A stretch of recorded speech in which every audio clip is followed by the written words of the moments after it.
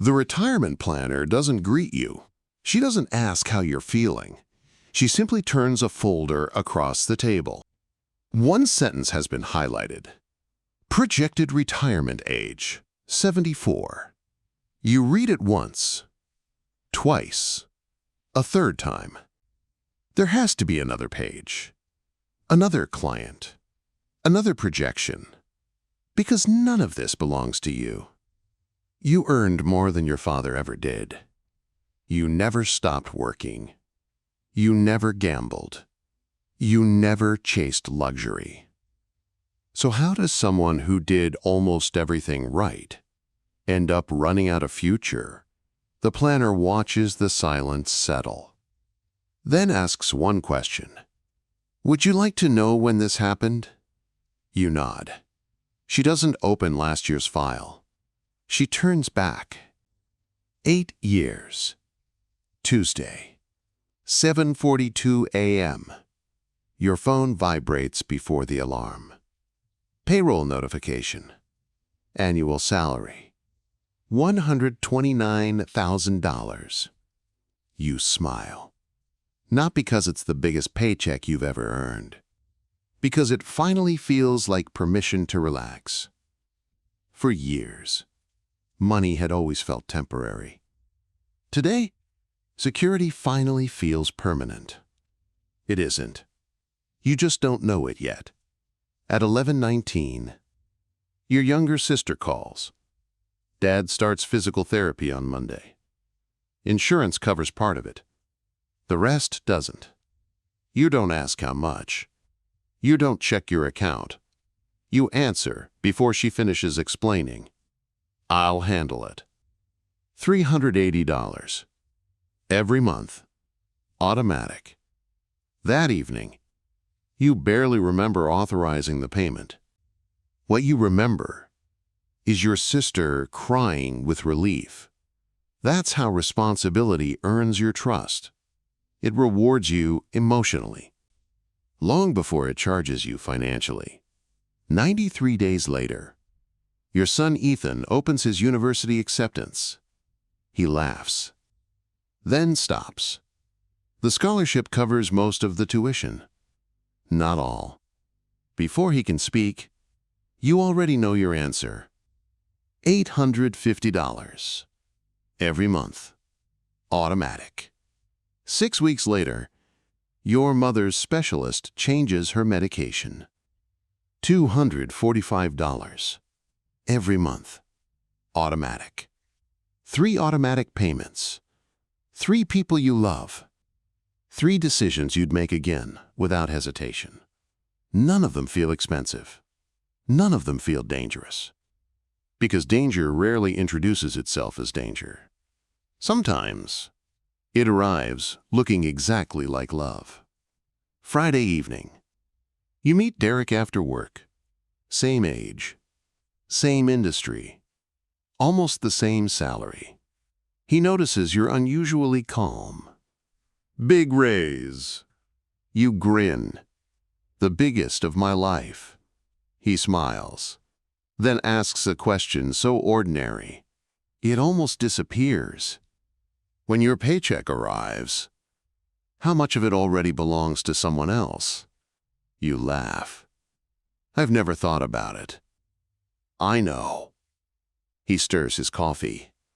Almost nobody has. The conversation moves on. The question doesn't. That night, your salary arrives. $7,483.10. You stare at the notification. Then lock your phone. Because seeing money arrive feels exactly like owning it. It isn't. Not once yesterday's promises begin collecting today's income.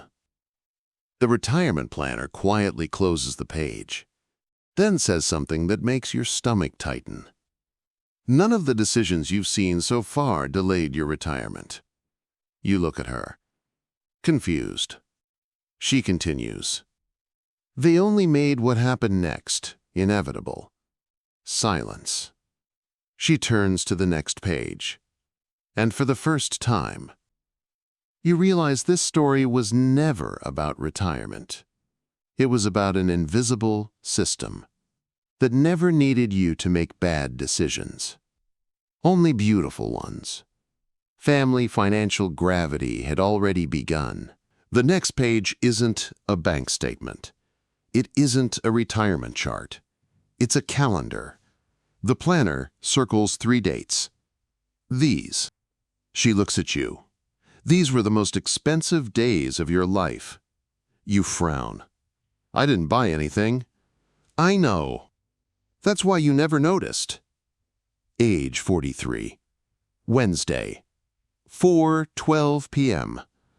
The pharmacy waiting room is almost silent. Only the ticket display keeps speaking. Now serving, 51. Your number is 53. You keep unlocking your phone. Not because anyone is texting.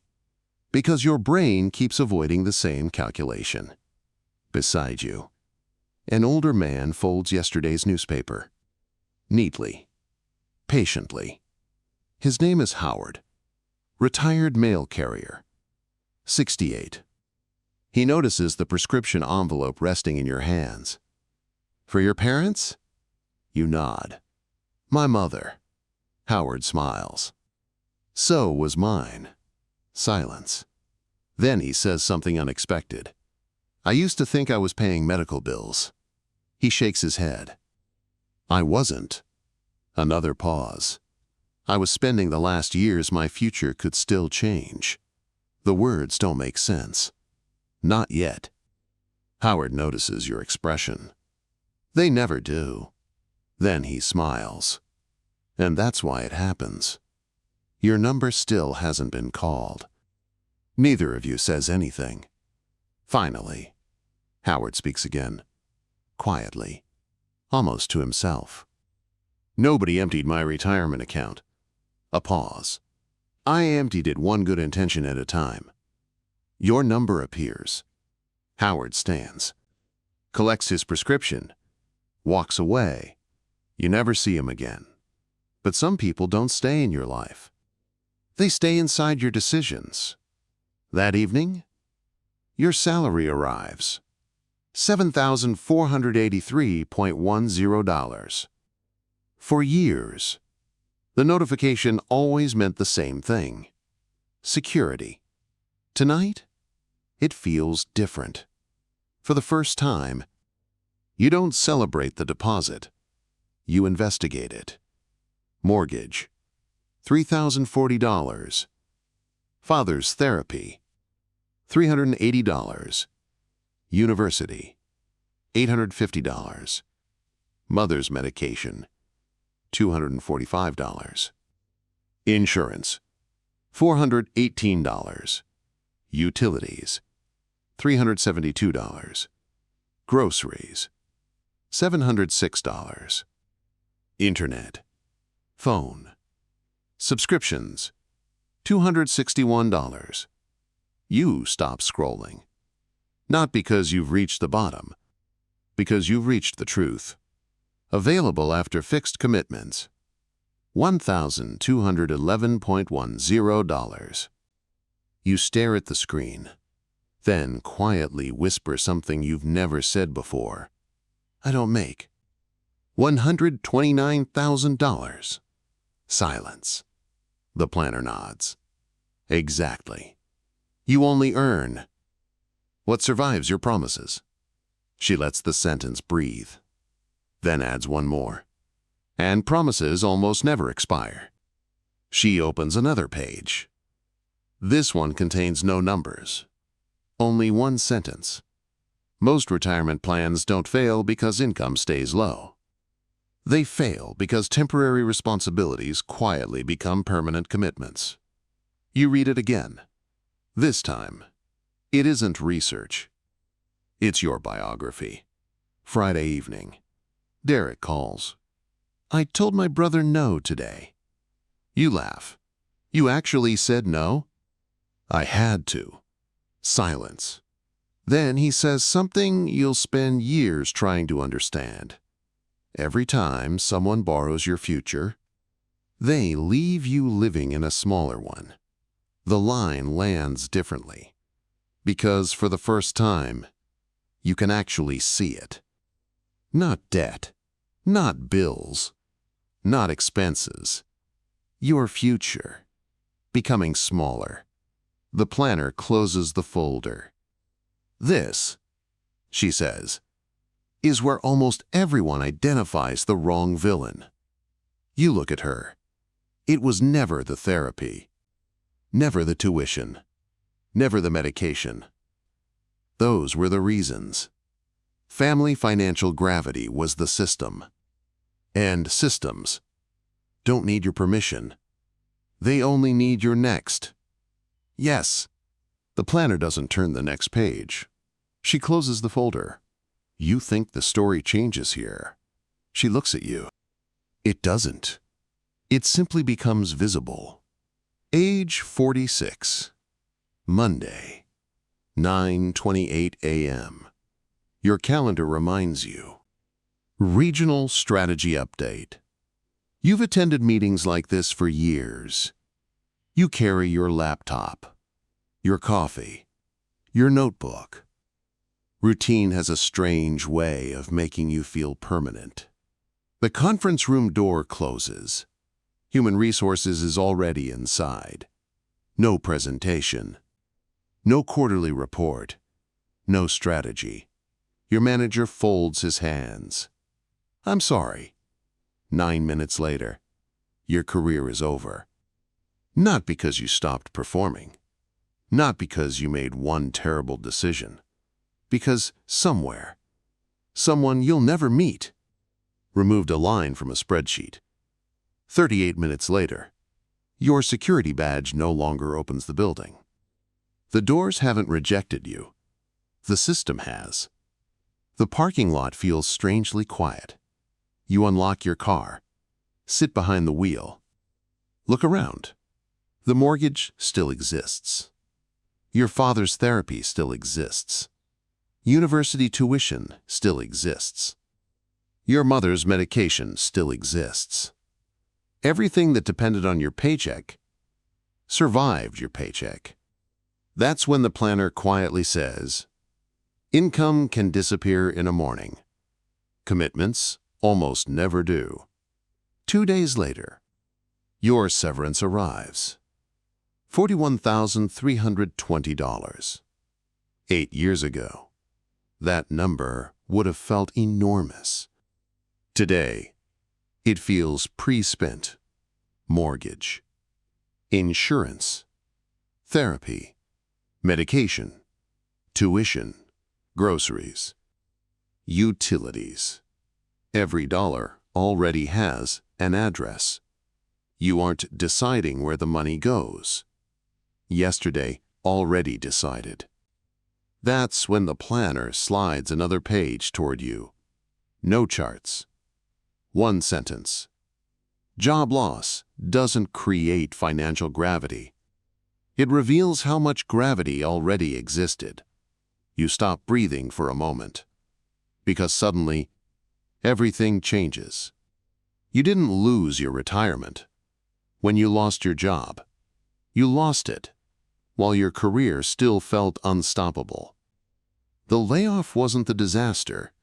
It was the diagnosis. The planner lets the realization settle.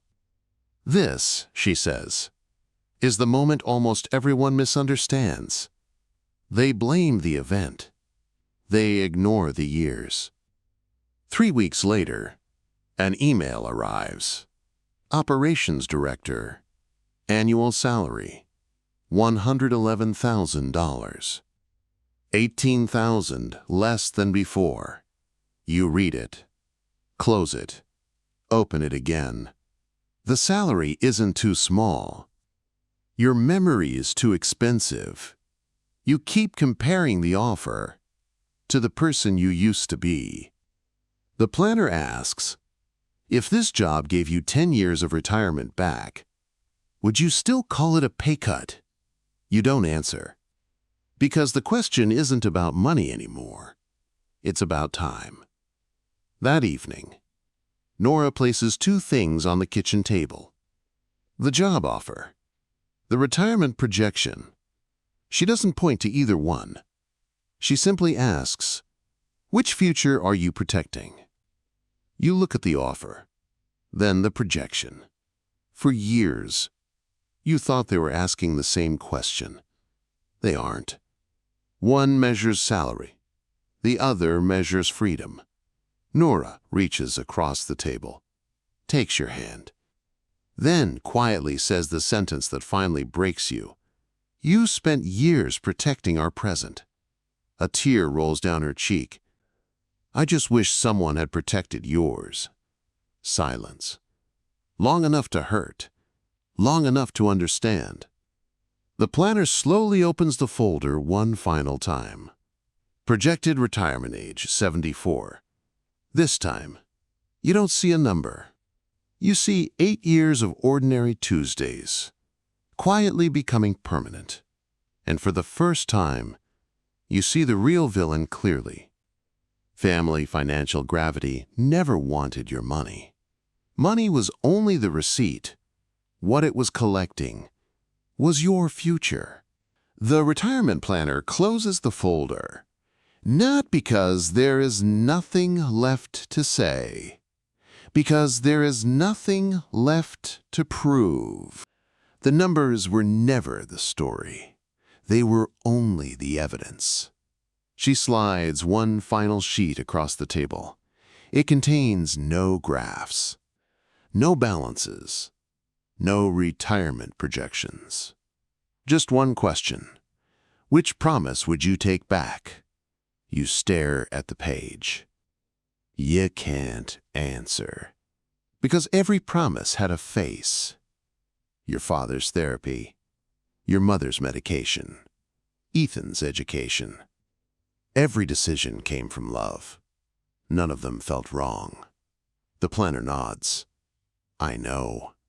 She waits. That's why this system is so dangerous. It never asks you to choose between money and family. It quietly convinces you that your future isn't family. For years, you believed sacrifice was the highest form of responsibility. It isn't. Responsibility has boundaries. Sacrifice doesn't. One protects people. The other slowly consumes the person doing the protecting. That's the difference nobody teaches. 1 year later. Friday, 4:23 p.m. The same coffee shop. The same corner table. Derek arrives carrying a small envelope. No speeches. No celebration. He slides it across the table. Inside, a photograph. A quiet lake. A wooden dock. A fishing rod. Morning sunlight. You smile. Vacation? He laughs. No. He turns the photograph over. 3 handwritten words. First Monday, retired. You look at him. You actually made it. He nods. You earned more than me? No. You found better investments? No.